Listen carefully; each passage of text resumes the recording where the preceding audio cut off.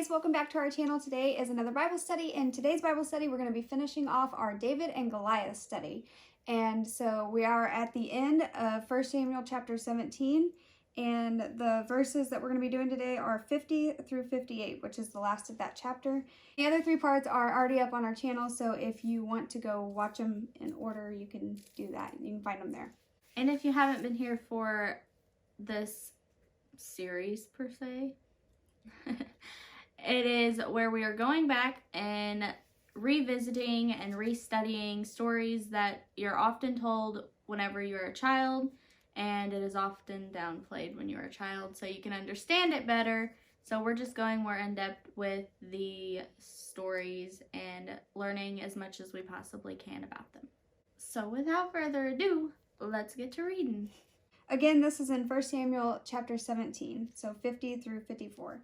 So David prevailed over the Philistine with a sling and with a stone, and struck the Philistine and killed him. There was no sword in the hand of David. Then David ran and stood over the Philistine, and took his sword and drew it out of its sheath, and killed him, and cut off his head with it. When the Philistines saw that their champion was dead, they fled. And the men of Israel and Judah rose with a shout and pursued the Philistines as far as Gath and the gates of Ekron, so that the wounded Philistines fell on the way from Shaaraim as far as Gath and Ekron. And the people of Israel came back from chasing the Philistines, and they plundered their camp. And David took the head of the Philistine and brought it to Jerusalem, but he put his armor in his tent. So David didn't waste any time. Whenever he saw that the Philistine was down, he ran and took his sword and chopped his head off. That is very gruesome. When the Philistines saw that David had killed Goliath, they were terrified and they ran. They got chased. And the people of Israel came back from chasing the Philistines and plundered their camp. So it doesn't say, it says, so the wounded Philistines fell on the way of Shaaraim as far as Gath and Ekron.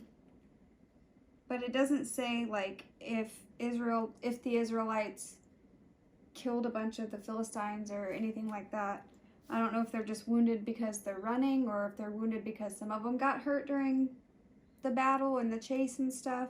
Then it says, and when the Israelites came back from chasing the Philistines, they plundered their camp. That it says that David took the head of the Philistine, but he put his armor back in his tent. Is that kind of like a respect thing? Or was that just like, I don't want his money? Like, because I can imagine their armor would be worth a lot of money. I wonder if it was like a respect. Surely it wouldn't.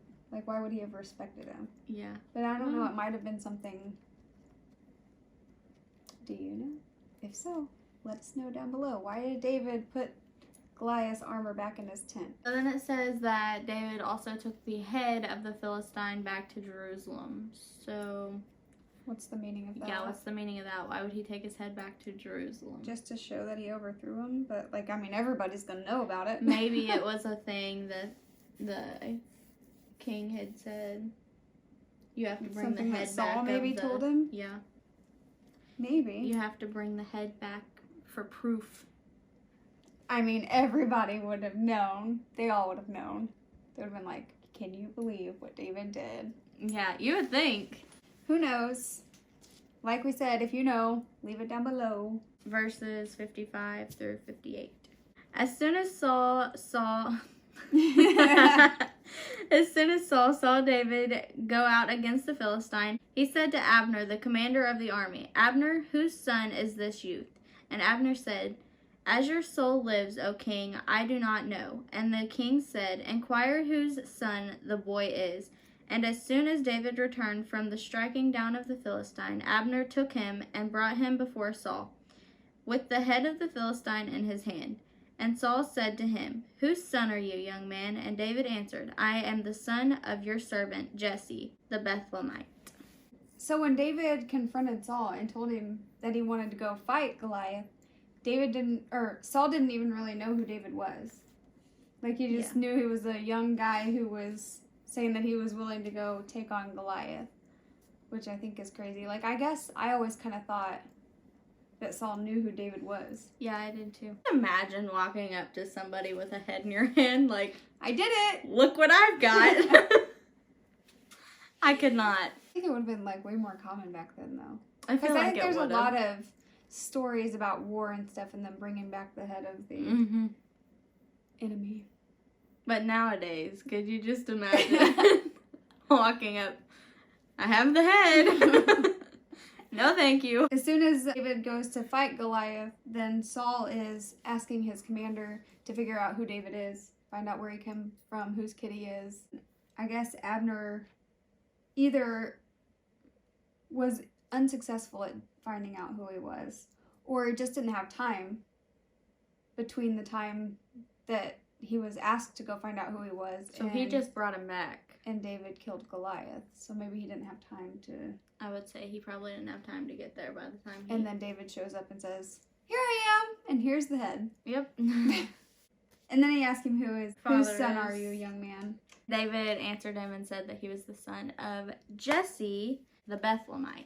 So this is kind of interesting. The commentary talks about how when Saul is asking David this, he's asking like what his social status is by finding out what family he belongs to. He was pretty much asking this because he was interested in asking David's father for permission to keep him. Your son's a good warrior. Can I have him? Pretty much. In my head, I'm just picturing all this going through. I'm picturing how David trains all the other warriors to use slingshots.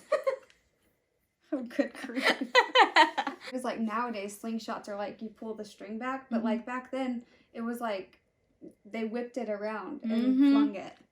Could you imagine how hard, like it just How seems, hard you would have to fling that to get it to fly, and well, that and how accurate. how hard it would be to aim that. I would feel like this would be way easier to aim than...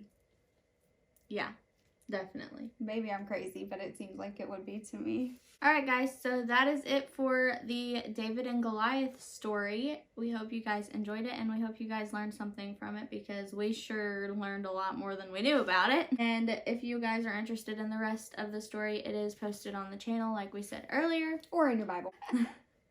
If you enjoy Bible studies like this, then you can check out our channel. There's lots of other ones on there. Or you can catch us every Monday. We post new Bible studies every Monday. We also post videos on Wednesdays and Fridays. Wednesdays are usually Bible-based videos. Right now we're doing weird Bible words, so those are pretty interesting if you're kind of intrigued by words that are mostly in the King James Version, and they just don't make sense to us anymore because we're not used to hearing them. We don't speak like that. Or they mean a completely different thing. Yeah. So those are fun. We've been having fun doing those. And on Fridays, we always do fun videos. We do food, we do DIYs, fashion, makeup. We just, you know. Just us being our goofy selves. Yeah. So if you're interested in that, you can catch those on Fridays. Other than that, we hope you guys have a good day, have a good week, and don't forget to shine. We'll see you in the next one. Bye. Bye.